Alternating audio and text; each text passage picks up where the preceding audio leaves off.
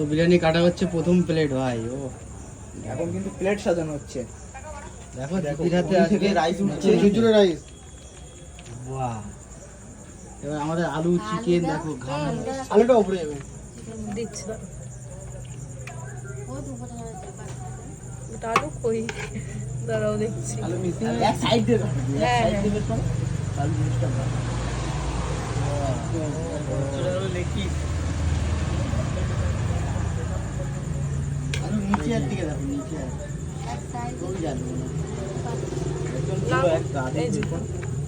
খনি পাওয়া গেছে। খনি পাওয়া গেছে, খনি থেকে। বাহ, চলো তো আমার তরফ থেকে তোমাদের জন্য আরেকটা লেগ পিস ভাই রে ভাই। ব্লগারদের কি এবার ভিডিও করা হচ্ছে নাকি? এমনিতেই কিন্তু ব্লগারদের বদনাম হ্যাঁ, এদিকে কিন্তু তুমি বললাম। তুমি বল থেকে দিচ্ছি পাবো না। কেন এটা তো আমার তরফ থেকে ভালোবেসে জাস্ট একটা লেগ পিস ওই দেখো কিন্তু আজকে একটা আমাদের বিরিয়ানি কাকিমা কিন্তু বিরিয়ানি কিন্তু আর প্লেট রেডি হয়ে গেছে। বাহ, এতটা কোয়ান্টিটি যাই দিচ্ছি। ঠিক আছে পকোড়া আছে নাকি?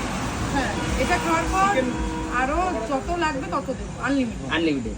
আলুটাও কি আলু নিতে হবে? আলু আর আলু হাড়িও খেয়ে নিতে পারো, তাই তো? হ্যাঁ হাড়িও মানে চিকেন আলু বাদ দিয়ে তোমরা যদি হাঁড়িটা নিয়ে পুরো বসে ওরা খেতে পারলে হবে। আলু তো আর হাঁড়ি খেতে হলে আগেও এক দিতে পিসের হতো। জায়গায় দু পিস দেওয়াই যায় দেওয়াই যাবে কোনো ব্যাপার না। সেটা দিদির চলো, থ্যাংক ইউ। ভালোবেসে তোমাদেরকে খাওয়াবে। এটা চলো তাড়াতাড়ি বন্ধুরা, কারা কারা দিদির বিরিয়ানি